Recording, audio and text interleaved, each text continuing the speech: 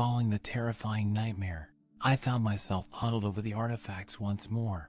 The stone tablets, with their astrological markings, seemed more ominous now, as if the dreams had given them a new, dreadful context.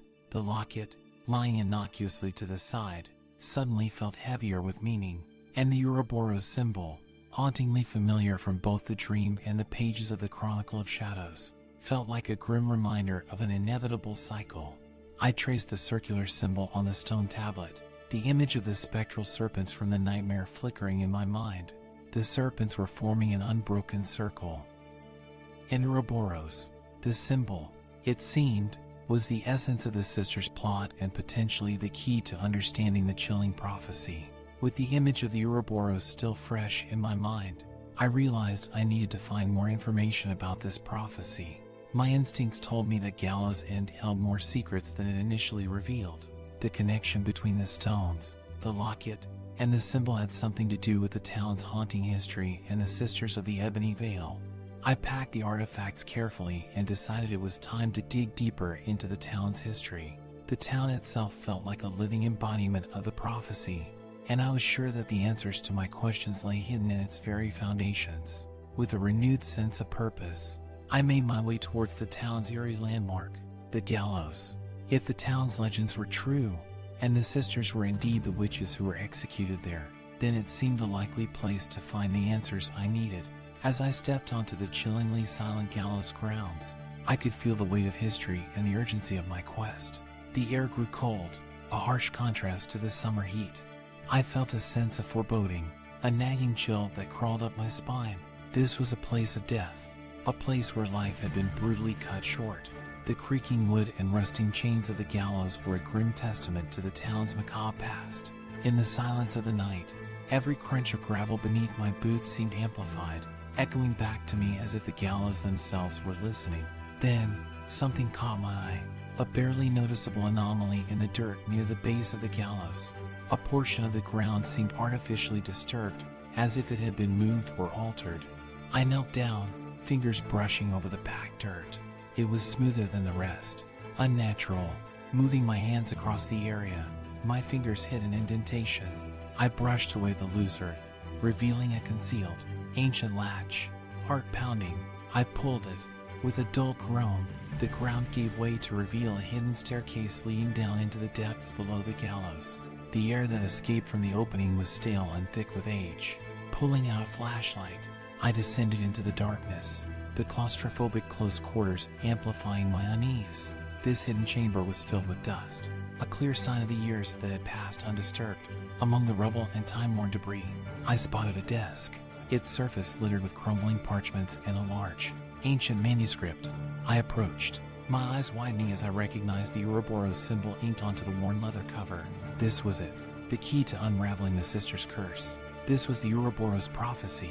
Taking a deep breath, I dusted off the cover and gently opened the manuscript, the pages whispering secrets untold for centuries. The same script from the Echo Library graced these pages, a testament to their shared history and knowledge. With a steady hand and beating heart, I began to read. When the stars align in the serpent's coil, the sisters of Veil will unbind their toil. From spectral form to corporeal reign, the life of the town they will drain. Bound by the locket, their ties to this world. In the Ouroboros cycle, their power unfurled. When the moon bleeds in the midnight sky, the Sisters of Veil will truly never die. The words seemed to echo around the silent chamber, giving weight to their grim prophecy. My heart sank as I pieced together the meaning. The sisters had used astrological alignments to transcend their spectral forms, their souls tethered to the physical world by the locket. The Ouroboros, their symbol, was more than a sign. It was the cycle of their existence, an eternal loop of rebirth. The phrase, "when the moon bleeds in the midnight sky," struck me. An eclipse.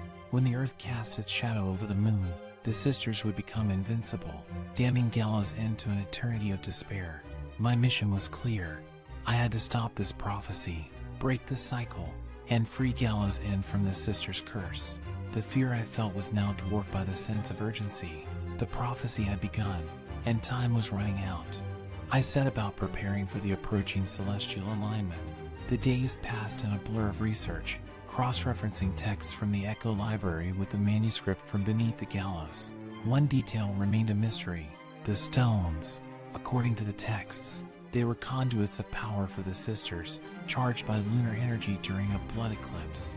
They used these stones to communicate, amplify their magic, and trap souls. The only clue I had was their unusual heft and the serpent sigil etched on each of them. While engrossed in my research, I noticed an unsettling increase in odd occurrences around town. The animals acted strangely, birds took flight for no reason, dogs howled at the moon, and cats disappeared. People reported hearing whispers in the night, strange melodies that seemed to come from nowhere, and sightings of ghostly apparitions. The impending alignment was already beginning to stir the sisters' power. As the days slipped away, the stars began to align in the form of the serpent, just as the prophecy foretold. A sense of dread hung over the town as the moon's glow began to wane. It was as if Gallow's end was holding its breath, waiting for the inevitable.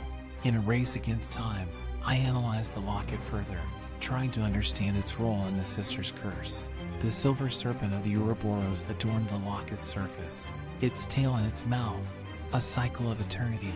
I knew then the locket was the key. The sisters had bound their souls to it, their link to the physical world. It was the linchpin holding the curse in place. As I stared at the artifacts before me, the gears in my mind began to churn.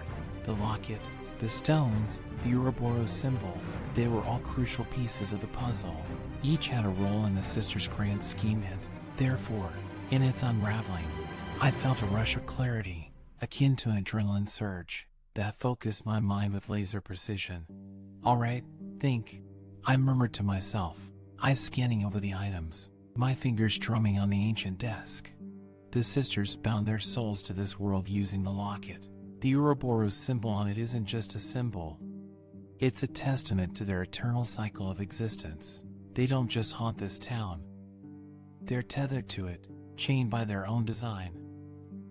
My eyes moved to the stones, their presence both menacing and enigmatic.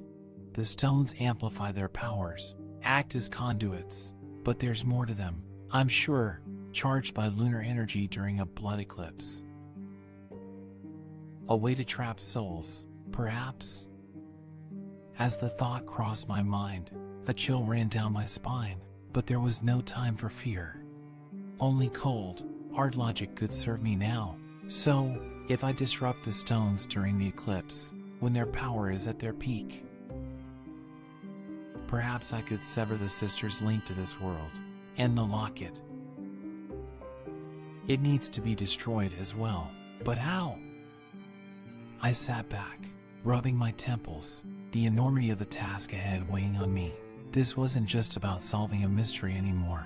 It was about survival, about liberating a town from a curse that threatened to obliterate its existence. I need to be meticulous, cunning, just as the sisters were when they crafted this curse. I whispered to the silent room. And most importantly, I can't afford to fail, not when so much is at stake. With newfound resolve, I pored over the text one more time, searching for any clues or details I might have missed. The prophecy had begun, and time was running out, but I wasn't going to let Gallow's end fall into eternal despair. I swear, on my title of anthropologist, it will not happen on my watch. The mystery of the stones remained elusive. They seemed to throne with ancient power, a potential key to unraveling the sisters' curse. But no matter how hard I studied them, their true purpose remained shrouded in ambiguity. Perhaps, I mused, their true nature would only reveal itself under the blood moon's eclipse. At the height of their power, I would have to gamble on intuition and circumstance. In the meantime, I focused my efforts on deciphering the locket's role and devising a counter-ritual. I theorized that destroying it could be enough to sever the sisters' ties to this world, but I was wary. If the sisters had indeed poured their souls into this piece of jewelry, what would happen upon its destruction? Furthermore, would the mere act of attempting to destroy it alert them to my intentions? Would it trigger their wrath? I shuddered at the thought of facing their spectral vengeance unprepared. With these questions swirling in my mind, I dug into the ancient tomes and manuscripts at my disposal, combing through rituals of protection, banishments, and soul-severing. Each ritual I studied seemed more convoluted and dangerous than the last, filled with arcane symbols and requiring bizarre components. I knew I was playing with fire, meddling with forces far beyond my understanding, but the fate of Gallow's End hung in the balance, and I was its last line of defense. Time was a luxury I didn't have.